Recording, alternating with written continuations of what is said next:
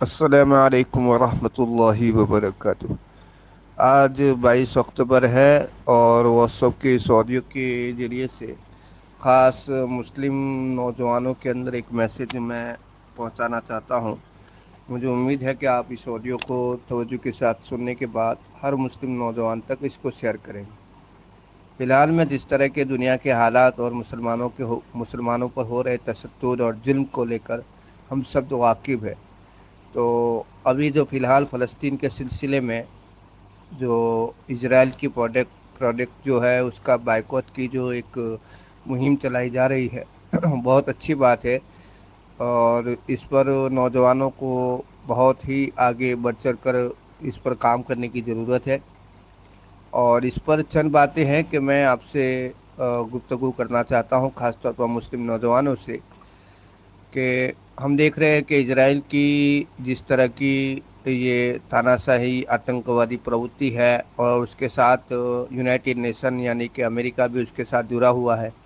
اور سارے مسلم کے دشمن اور اسلام کے دشمن ایک جگہ جمع ہو چکے ہیں، اور فلسطین کے بچوں کو، بوڑھوں کو، ماؤں کو، بہنوں کو، نوجوانوں کو، بوڑھوں کو، سب کو وہاں وہ قتل و غارت کر رہی ہے۔ جینوسائڈ کا ایک پورا مسئلہ ہمارے سامنے کھل کے آ چکا ہے۔ اس میں مسلمانوں نے الحمدللہ جب بھی ایسا کچھ ہوا ہے تو میں نے دیکھا ہے کہ پہلے بھی اسرائیل پروجیکٹ کی بہت سی بائیکاٹ کی باتیں کی گئی ہے، اور ہمیں کرنی بھی چاہیے، لیکن اس میں ایک کام کرنے کی ضرورت یہ ہے نوجوانوں کے لیے، جو غیور نوجوان ہیں اور جو بیدار ہے، قوم کی لیے جو ہمدرد ہے، جو اپنے سینوں میں قوم کی درد رکھتے ہیں، ایسے نوجوانوں کو میں کہنا چاہوں گا کہ آپ اپنے اپنے گاؤں میں، شہروں میں، چھیتروں میں کیمپین کو چلائیے، ہر گھر تک یہ میسج پہنچائیے، پیمپلیٹ پہنچائیے، اپنے اپنے خود کے 5-10 دوست مل کر آپ ایسے پیمپلیٹ چھپائیے، ہر گھر تک وہ پیمپلیٹ جانا چاہیے جس میں اسرائیل کی پروڈکٹ کی جانکاری ہو، اور لوگوں کو ابھارا جائے کہ یہ جو پروڈکٹ ہے اس کے اوپر ہمیں بائیکاٹ کرنا ہے، اور اس کو استعمال کرنے سے ہمیں بچنا ہے، اور یہ ابھی کے لیے نہیں بلکہ جب تک زندہ رہیں گے تب تک یہ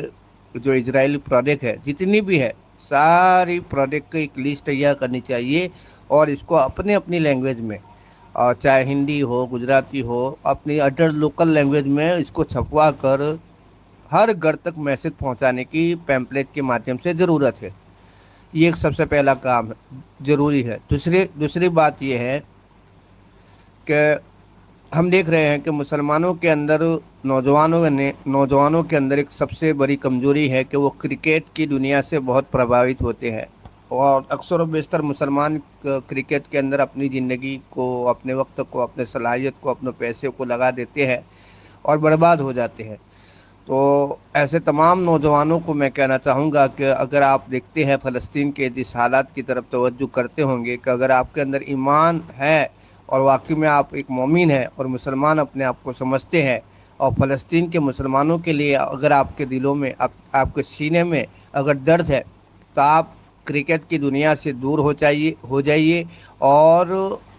اس کو بھی بائیکاٹ کرے، کیونکہ پورے ورلڈ میں اسرائیل کا پورے ورلڈ میں ایک بہت بڑا سیٹ اپ ہے، اور سب سے بڑا ان کی جو سب سے بڑی طاقت ہے وہ اکانومی ہے، یعنی کہ ہر کنٹری کا، یعنی کہ یہاں تک کہ یہ جو